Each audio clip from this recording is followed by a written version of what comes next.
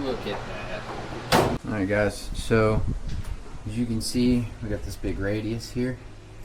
I'm gonna show you guys how to make this. So we have to do a process called kerf cutting, which is make a bunch of little cuts.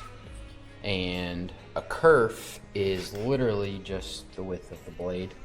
So you got a bunch of different little slots, and that gap is gonna allow us to bend this out. We're gonna do a bunch of math, lay all this stuff out, get to cutting.